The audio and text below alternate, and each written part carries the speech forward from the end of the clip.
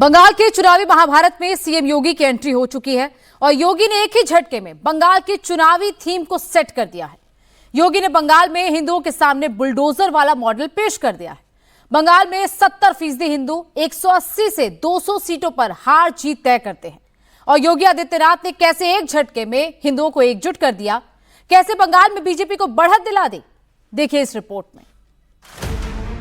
जैसे ममता दीदी को राम नाम से चिढ़ है,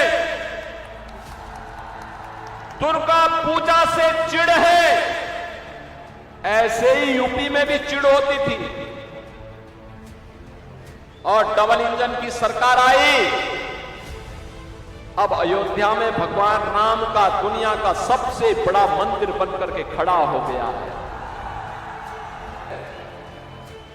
ये गारंटी केवल बीजेपी दे सकती है कि दंगा नहीं होगा, कर्फ्यू नहीं लगेगा, लेकिन गौ माता को कटने नहीं देंगे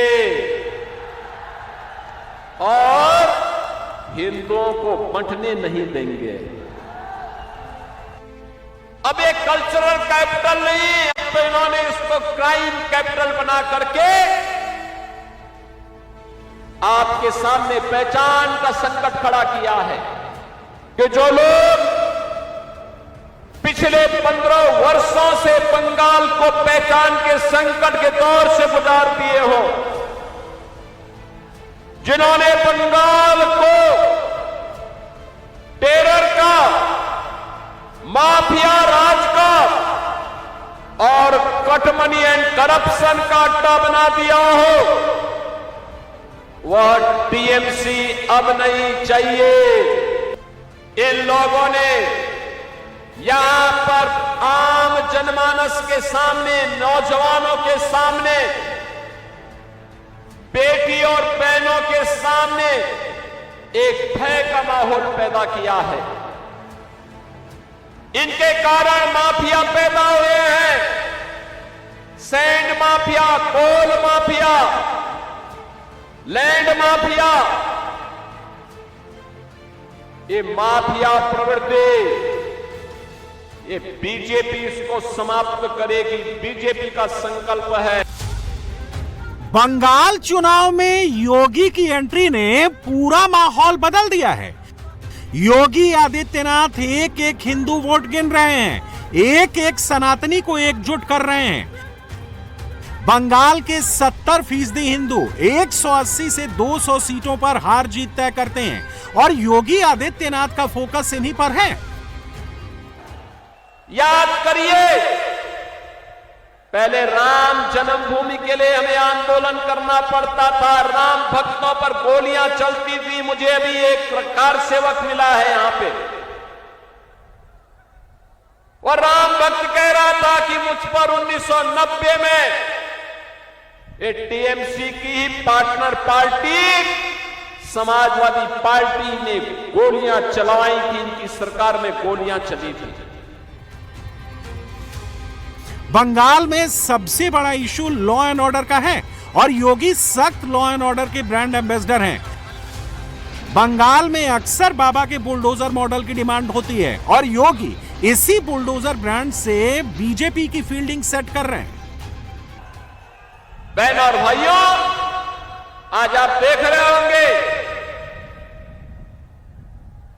जब उत्तर प्रदेश के अंदर माफिया की हड्डी और पसली को यूपी का बुलडोजर ठीक करता है और उसकी संपत्ति को अपने कब्जे में लेकर के गरीबों का आवास बनाती है, तो माफिया राज समाप्त हो जाता है। आज यूपी में न कर्फ्यू है न दंगा है, यूपी में अब सब चंगा है। बंगाल के लोगों को योगी पर भरोसा है क्योंकि योगी जो कहते हैं वो करते हैं। जिस वक्त बंगाल में योगी भूमाफिया को मिट्टी में मिलाने की बात कह रहे थे, उसी वक्त यूपी में एक अवैध ईदगाह और इमामबाड़े पर बुलडोजर चल रहा था। ममता दीदी को जय श्री राम से नफरत है। वे दुर्गा पूजा नहीं होने देती। हिंदू पर्व और त्योहारों में कर्फ्यू जैसा माहौल बना देती है। मुर्शिदाबाद में क्या कुछ नहीं हुआ, सरकार मौन थी,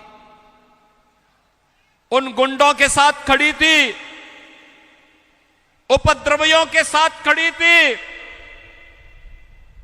यहां पे दुर्गा पूजा और विसर्जन के आयोजन पर प्रतिबंध लग जाता है। याद करिए, कोलकाता हाई कोर्ट ने कहा था टीएमसी की सरकार को कि दुर्गा पूजा में भी सुरक्षा नहीं दे पा रहे हो, क्या तुम्हारे पास बुलडोजर नहीं है? यूपी से बुलडोजर मंगा लो। इन गुंडों का उपचार का वही एकमात्र साधन बचा है। बंगाल में टीएमसी बंगाली अस्मिता के नाम पर वोट मांग रही है, तो योगी आदित्यनाथ ने कहा कि बंगाल में मां असुरक्षित है, माटी घुसपैठियों के कब्जे में है और मानुष डरा हुआ और मजबूर है। देखो ना, यूपी में कितना परिवर्तन हो गया। वहां किसी सड़क पे कोई नमाज नहीं पढ़ सकता, नहीं पढ़ सकता।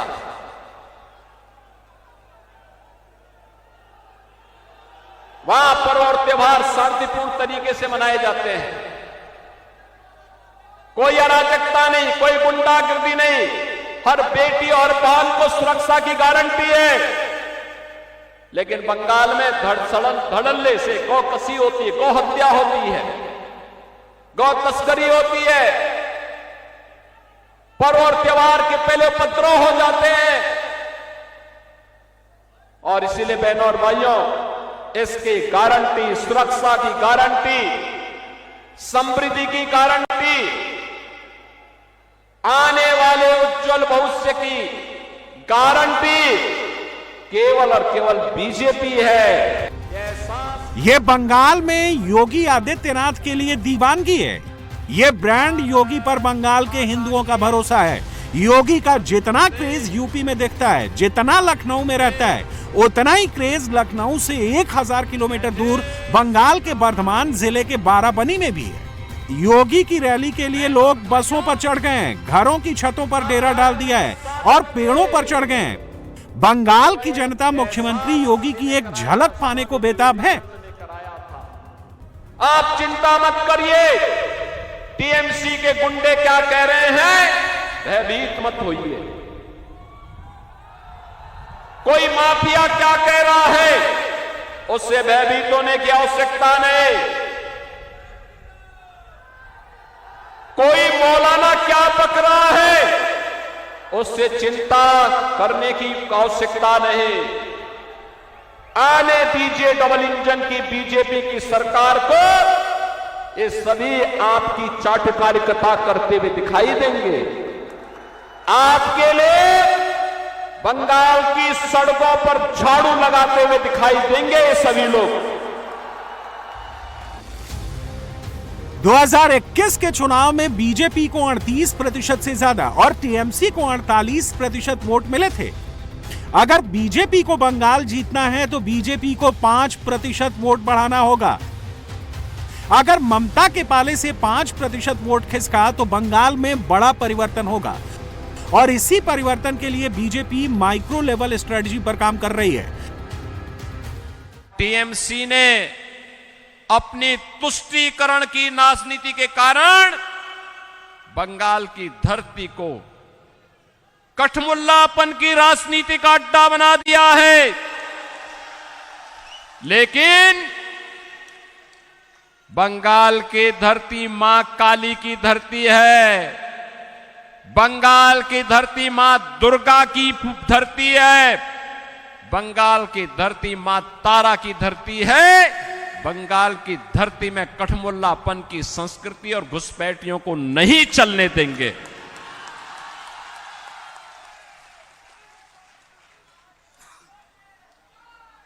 बंगाल को फिर से उसका गौरव दिलाने का काम,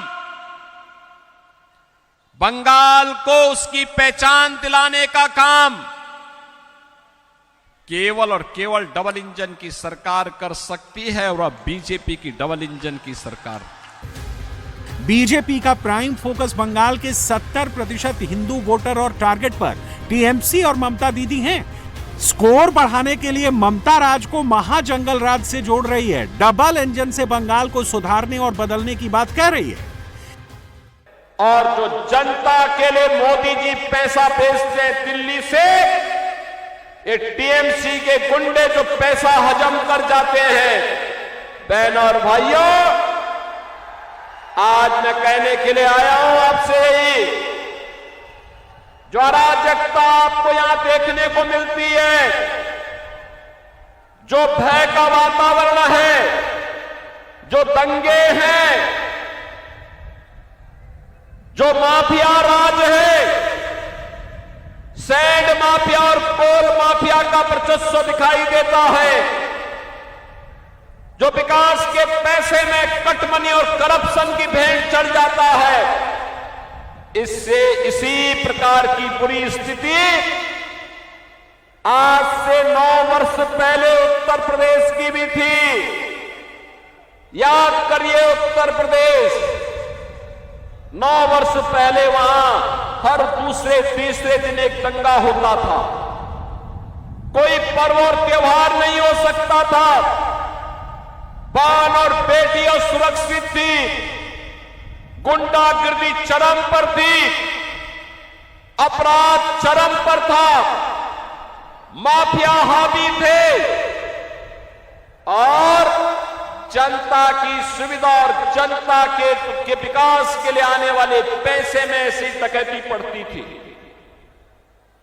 इसका उपचार केवल और केवल एक है, और वह है डबल इंजन की भाजपा की सरकार। डबल इंजन की भाजपा की सरकार।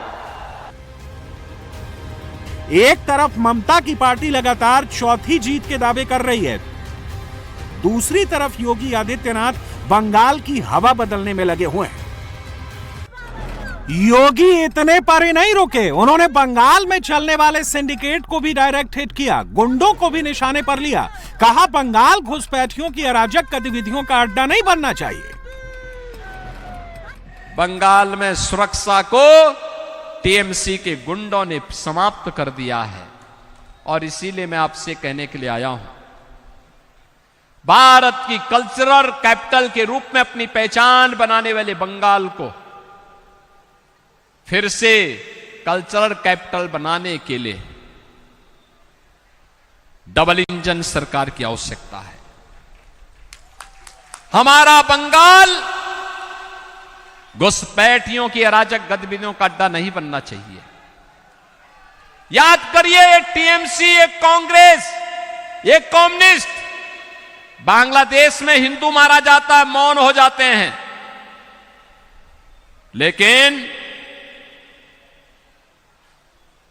बीजेपी मौन नहीं होने वाली है। बीजेपी मौन नहीं होगी, और इसके लिए हमने कहा है आप यहां पर डबल इंजन की बीजेपी सरकार लाइए। एक घुसपैठ को तो रोकेगी ही, जो पहले से आकर के यहां कब्जा किए हुए हैं, इनको कान पकड़ करके बाहर का रास्ता दिखाने का काम केवल बीजेपी की डबल इंजन सरकार करेगी। एक तरफ योगी टीएमसी पर हमला बोल रहे हैं, तो दूसरी तरफ बंगाल में मछली पर महाभारत छिड़ गई है। ये जो दोनों हाथों में कतला मछली लेकर घूम रहे हैं, ये कलकत्ता पोर्ट के उम्मीदवार राकेश सिंह हैं। मछली को मुद्दा सबसे पहले टीएमसी ने बनाया, लेकिन बीजेपी उम्मीदवार अब हाथ में मछली लेकर वोट मांगने निकल पड़े हैं। पश्चिम बंगाल की सीएम ममता बनर्जी चुनावी रैलियों में कह रही हैं कि अगर पश्चिम बंगाल में बीजेपी आई तो लोगों के लिए मछली खाना दूभर हो जाएगा। लेकिन बीजेपी ममता के दावों की पोल खोलने के लिए खुद ही मछली लेकर डोर टू डोर कैंपेन करने लगे, और अब तो हिमंता ने भी मछली को लेकर ममता दीदी पर तंज कसा है। हिमंता ने कहा है कि असम में बीजेपी सरकार है, दीदी चाहे तो मटन चिकन खाने असम आ सकती है, कोई रोक नहीं है, कोई दिक्कत नहीं है। ममता जी क्या बोल रहे हैं कि मांस मांस सब बंद हो जाएगा, तो मैं ममता जी को बोलता हूं कि आप असम आइए, आपको बहुत बढ़िया मटन और चिकन खिला दूंगा मैं, है ना। ये सब जो बात बोलते हैं ना कि बीजेपी आने से मांस मांस नहीं चलेगा, ये पूरा फालतू की बात है। आप लोग धुबरी में जाइए, ग्वालपारा में जाइए, जितना हिस्सा इतना मांस मांस खा के आइए। बीजेपी का सरकार वहां बना हुआ है, कोई मना नहीं है। क्या मना है? गो मांस मत खाइए। क्या मना है? वहां जाके गो मांस मत खाओ। तो ममता जी इसीलिए नाराज होते हैं, बीजेपी का सरकार आने में गो मांस वाला व्यापार बंद हो जाएगा। उनको नहीं चाहिए, उनको चाहिए कि लोगों को बांग्लादेश तक हम गो मांस का तस्करी चलते रहे और हमारा तिजोरी में पैसा आते रहे। बंगाल में जंग सिर्फ बयानों तक सीमित नहीं है। जैसे जैसे वोटिंग का दिन नजदीक आ रहा है, बीजेपी और तृणमूल कार्यकर्ताओं के बीच टकराव बढ़ता जा रहा है। कल हावड़ा में बीजेपी और टीएमसी कार्यकर्ताओं के बीच झड़प होते होते रह गई। दरअसल बीजेपी नेता शुभेंदु अधिकारी बाली सीट पर कैंपेन करने पहुंचे। वो बीजेपी कैंडिडेट संजय सिंह के साथ रोड शो निकाल रहे थे, तभी टीएमसी कार्यकर्ताओं ने जय बांग्ला के नारे लगाने शुरू कर दिए।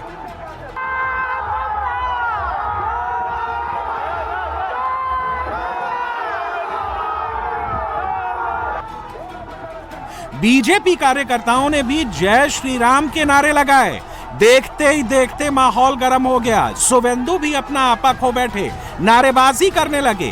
रोड शो के बाद शुभेंदु ने कहा कि टीएमसी माहौल खराब करने की कोशिश कर रही है।